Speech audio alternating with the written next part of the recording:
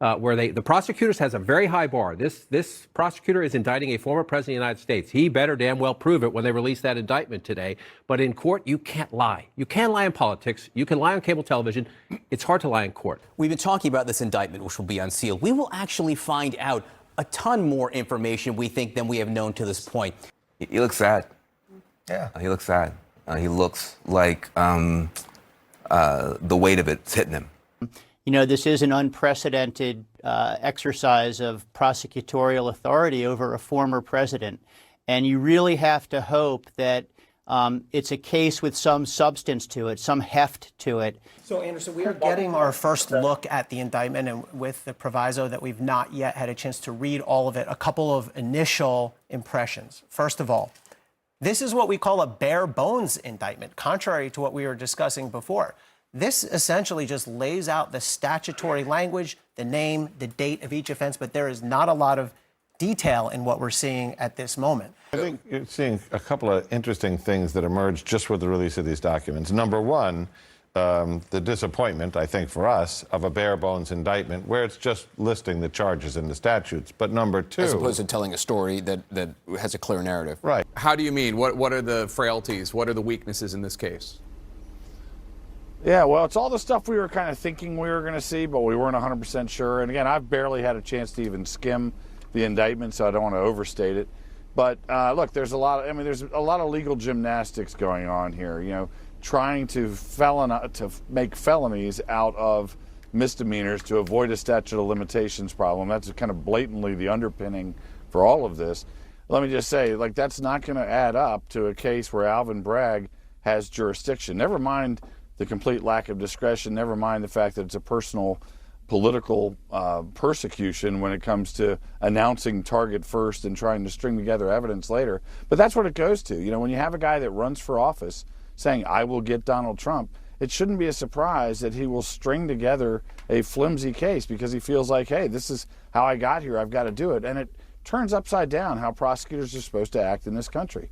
The prosecution has suggested that Stormy Daniels, the adult film star and director who is at the center of this case in terms of the hush money payment to her, will be called to testify. Does that concern you at all? Not particularly. I mean, look, you know, pretty funny. The Ninth Circuit today added on to her tab of what she owes the president for breaching the non-disclosure agreement. But look, at the end of the day, Stormy Daniels looks like almost the credible witness. You know, Michael Cohen is a convicted perjurer, disbarred lawyer, guy with an axe to grind. And, you know, anybody that's even watched Law and Order once would love the opportunity to cross-examine that guy. So, you know, they can put window dressing all around it and say, look, it's not just him, it's documents, it's Stormy, but it's him. It's Michael Cohen. It's a guy that basically, at least if you listen to Bob Costello, perjured himself in front of the grand jury again. And that shows you it's politically motivated. No reasonable prosecutor would go to bat with Michael Cohen as your star witness, but Alvin Bragg's not a reasonable prosecutor. Alvin Bragg is picking up the trash that the U.S. Attorney's Office wouldn't touch, that his predecessor wouldn't touch, that he wouldn't even touch the first time. But now, for whatever back channel reason, we'll be real interested in pushing for information about how he made this decision. In terms of a case that's being brought against a former president, it's a little underwhelming. There's not more to it.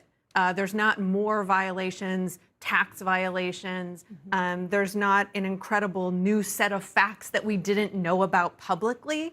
It's really the facts of this case as they have existed for basically almost 7 years. And we've known about quite a bit of this. I mean, Anderson interviewed Stormy Daniels and Karen McDougal years ago. Right. And we knew about this as well as the payments. So the facts are almost 7 years long, and the facts are pretty stale.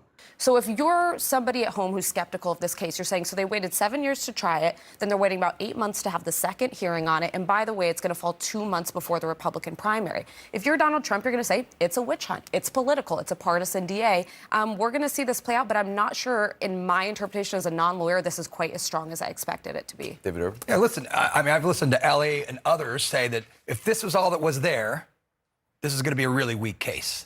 And I think that Joe Jacopini stood out there and said, if this defendant's name was not Donald Trump, this wouldn't be charged. And I have to believe that to be true. I've heard if this is it, this is going to be weak. It's going to get dismissed. It's going to be a loser. I think Donald Trump's going to tonight is going to wave this in the air in Mar-a-Lago and say, they're after me. This is a witch hunt, and rightfully so. What do you think of the indictment? Well, speaking as someone who very strongly does not want Donald Trump to get the Republican presidential nomination, I'm extraordinarily distressed by this document. I think this is even weaker than I feared it would be. And I think it's easily subject to being dismissed or a quick acquittal for Trump. Yeah, things are probably looking up after the former president read the indictment, which his team's going to interpret as thin. And that's going to be their message tonight. I expect to hear him be indignant after a day where he, you know, as I mentioned earlier, was really out of control of the situation. He didn't define the terms. He didn't get to choose the audience he was speaking to. He didn't get to come and go as he wanted to. Now he's back home. He's at his club. He's surrounded by supporters. And even Mitt Romney, a constant detractor of the former president's, came out and said, you know, he's unfit to be president. I don't support him again. However, this is a weak case by the DA. So he's seeing even people like a Mitt Romney give him that feedback. I think he's going to use this moment as a reset to say, my people are with me. They reportedly have raised $10 million in the last couple of weeks since this came down. And it's going to say, you know, it's a time to be on our side of this because it's a political witch hunt. Does this hurt? I mean, I'm throwing this up to the panel. Does this hurt the other cases right now being pursued? I worry. I mean, look, if this is the only pebble that gets thrown at Donald Trump, it's a very small pebble. If it's the first pebble in an avalanche of other indictments that strike more to the heart of, I think, people's core concern about Donald Trump, which is his threat to democracy. So if this is the first pebble, the next one is about the election interference in Georgia. The next one is about the coup, the insurrection, January 6th. The next one's about him hoarding these documents and why. Then it begins to fit. But if this is the only pebble, it's not much of a pebble, and I do think the backlash against this pebble might cow other people who might otherwise have been courageous enough to step forward. Yeah, I got to say two observations. First, to Alyssa's point, you know, today, this morning we saw he had an away game in a very unfriendly stadium, right? Tonight he's got a home game in front of a home crowd who are riled up. It's like a homecoming. He'll be jubilant. He'll be defiant. It'll be, you know, classic Donald Trump. To talk to Van's point, I think it does injure what comes next because the American public was watching today. People were tuned into their TVs. Everyone was watching. This is the first time ever. And they say, this is it? This is what they got? Everyone's been saying for weeks, if this is it, it's nothing. And now people are going to turn it off. And the next case that comes, it's going to be like the second impeachment, the third impeachment. It's just going to be more. It's going to be white noise, unfortunately, and people will tune out. For this to take the historic step of being the first indictment of a former president, I think it's a bit disappointing how not strong it is because it could, in the public's mind, make those other cases seem weaker and gives them has people call them into question. I mean, it's an interesting shift today because, and maybe it's all our own fault. You know, we've kind of whipped ourselves up over the last week about, you know, if they're bringing this case, it must be more than what we know is inside. And then we looked inside today and say, oh, it's just the same stuff we already knew. So what changed? You know, it's a 7-year-old case. In the DA's office, they called this the zombie case because every time they put it away, it came back to life. Nobody wanted to go forward with it. And I'm Wolf Blitzer here in Washington. The lead up to Trump's arrest was truly a remarkable sight to see. And Carrie, you say this case is a little underwhelming right now. Why? Well, because first of all, with respect to the facts that are alleged, there's nothing new in terms of the facts that we have learned through either the indictment or the accompanying statement of facts. It really all pertains back to the conduct that has been known for many, many years, almost 7 years now, regarding the payment that was made to Stormy Daniels. And so there's nothing new with respect to that. There is nothing beyond the falsification of records charges. So in the days leading up to today, there were, you know, some in the public were questioning whether or not there were other tax charges that might be or other types of financial fraud that maybe would be charged today. And that doesn't seem to be the case. It really is limited to the falsification of the records related to that one payment and the reimbursements to Michael Cohen that were accompanying that. The Republican Senator Mitt Romney, who's been very tough, very critical of Trump, as we all know, has issued a lengthy statement saying that there was overreach on the part of the district attorney in New York. Let me read the first two sentences. I believe President Trump's character and conduct make him unfit for office. Even so, I believe the New York prosecutor has stretched to reach felony criminal charges in order to fit a political agenda. And Danny, you're there to get some of the first reactions from voters on the indictment, which we now have in hand. It's unsealed, and the arrest of Trump today. What are they telling you?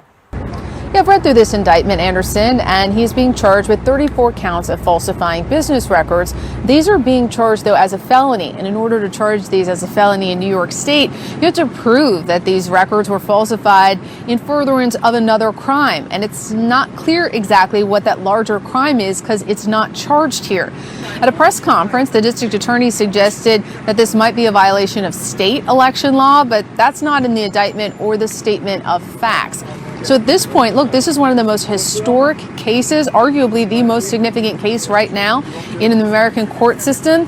It appears to be built on a pretty shaky foundation because it's not clear what the larger crime is. And look, I've passed 2 bar exams. I'm having a little trouble following Alvin Bragg's argument here. So it's unclear if the average Manhattan juror will be able to follow it as well. And even if they can, even if they get a conviction, it still has to survive appeals, which can be difficult for cases built on novel legal theories. So this is all about hush money. And more specifically, it's all about hush money paid to Stormy Daniels. The statement of facts mentions Karen McDougal and the doorman. They're not part of the actual indictment. They're there for overall background and color. How do we get to 34 counts? The crime here is not paying hush money. The crime here is falsifying documents. And what the prosecutors do in this indictment is they charge every check, every ledger, every invoice as its own count, as its own false document.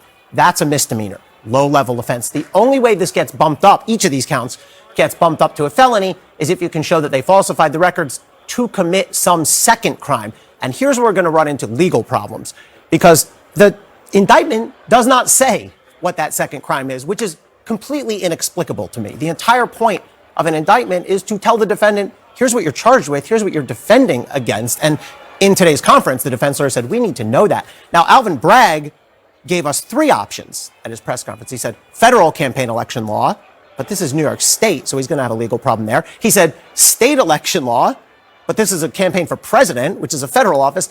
And then he very briefly, and there's literally one word about this in the statement of facts, said something about tax, but they didn't take a deduction. So it's not clear what that theory is either. So look, I am a big believer in Alvin Bragg. He's a former colleague of mine. I believe in his capacity and his integrity, but I have real questions about this. Alyssa, what do you expect to hear tonight? Well, the former president's already kind of alluded to where he's going. He truthed out something suggesting, there's no there there. The biggest shock was how little there was in the indictment. So I think you're going to see a mix. Truthed out is his social. Yes, it's true. Yes. I didn't know it was a verb. But, we're going to make it a verb. But I think he's going to be indignant, but I also think he's going to be a little celebratory. I mean, the reality is he has people like Mitt Romney, a foe of his, coming out and even defending him. He's got the entire field and, potential field that's going to be running against him coming out and saying, this is a witch hunt, this is a miscarriage of justice. I actually expect that this may be closer and have more fanfare to an election announcement than the original one we saw several months ago. quick thoughts from everybody, dude. Yeah, so I would say CNN just had a poll this week, said 76% of Americans believe that this prosecution was politically motivated. And I think after listening to Ellie and others today and reading this indictment, I think Trump's going to wave it and say this is politically motivated and Americans are going to believe it because there is no there. He's going to wave it jubilantly and say, come get me. We're going to get this dismissed in motions. There's not going to be a trial. I think that's what you're going to hear Trump talk about just in a little bit. Ben? Look, I had hoped that there would be more in the indictment. And I think because it is so thin, it's giving aid and comfort to some of the worst people in American politics. I mean, it's like a rogues gallery of people just jumping up and down and being happy. I think that's not a good thing. But I also want to stick up for Alvin Bragg. Listen, it takes courage to take on Donald Trump. How do you know? Nobody else has done it. And so to the extent that you do have a prosecutor who believes in the rule of law and who also thinks that our election shouldn't be polluted with lies and hush money and false statements, and he's trying to take a stand, I think we need to be at least as supportive of Alvin Bragg at this stage as this rogues gallery is of Donald Trump. Jessica, what do you think of the case? Well, I was disappointed that there wasn't more in the indictment in terms of laying out what the legal theory was with more precision. Today was supposed to be the big reveal where we would get that information. And to the extent that we have a sense of what the theory of the case is in terms of what are the crimes that would have been furthered or concealed by the falsification of records, it's not in the indictment. It's alluded to obliquely in the statement of facts. If I had to characterize it, it's disappointment. I think everyone was hoping we would see more about the direction that they intend to take this prosecution. What is the legal theory that ties that very solid misdemeanor case, 34 counts of misdemeanors, to the intent to conceal another crime, which is what makes it a felony? It simply isn't there. Now, it's possible that the DA has an elaborate and solid theory that's backed up by a lot of evidence, and he has just decided to conceal that at this point. That would be I think it's a strange decision on his part, but nevertheless, I'm giving him the benefit of the doubt. At the end of the day, if all of our legal friends read this indictment and don't see a way to a felony, it's hard to imagine convincing a jury that they should get there. And we heard the former national security advisor to Donald Trump, John Bolton, not a fan of Donald Trump. The opposite, right. Expressing disappointment and saying he thinks that Donald Trump is guilty as sin of what's alleged, but this is not enough to go after a president with an indictment for the first time in American history. As I think all of our parents have told us at one time or another, first impressions count, and legal sources said there was not enough detail. They thought that it was a mistake from a historic point of view, that this was the first case to come out that way. One source said to me, this is Donald Trump. You don't bring a knife to a gunfight. So we don't know what we don't know, but this was not. Yeah. And I mean, I think that's, in some ways, it doesn't even matter what order this came in. I think either way, whether this is the first case or the last case, I think the burden in a case involving a former president is a lot more information, a lot more legal justification for the charges. And it is puzzling, as the previous panel with Anderson was just discussing, why the statutes that would make this a felony weren't even laid out clearly, and so that people could really see what laws they're alleging that he broke. I think that's really puzzling to me, because the public interest in this case is so high. As a prosecutor, I think the legal underpinnings of all of this really does need to be rock solid.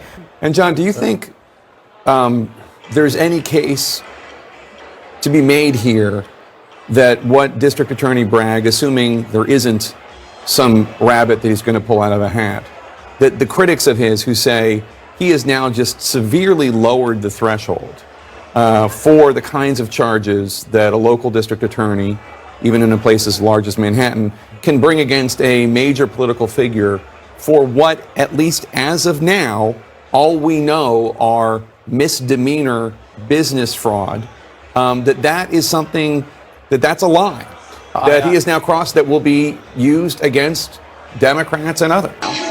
Let's listen in.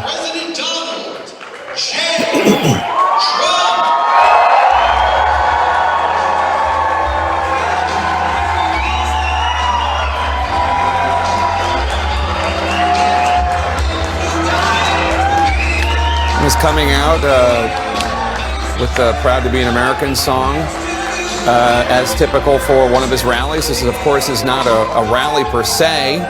It's his first public remarks since being arrested and indicted and arraigned.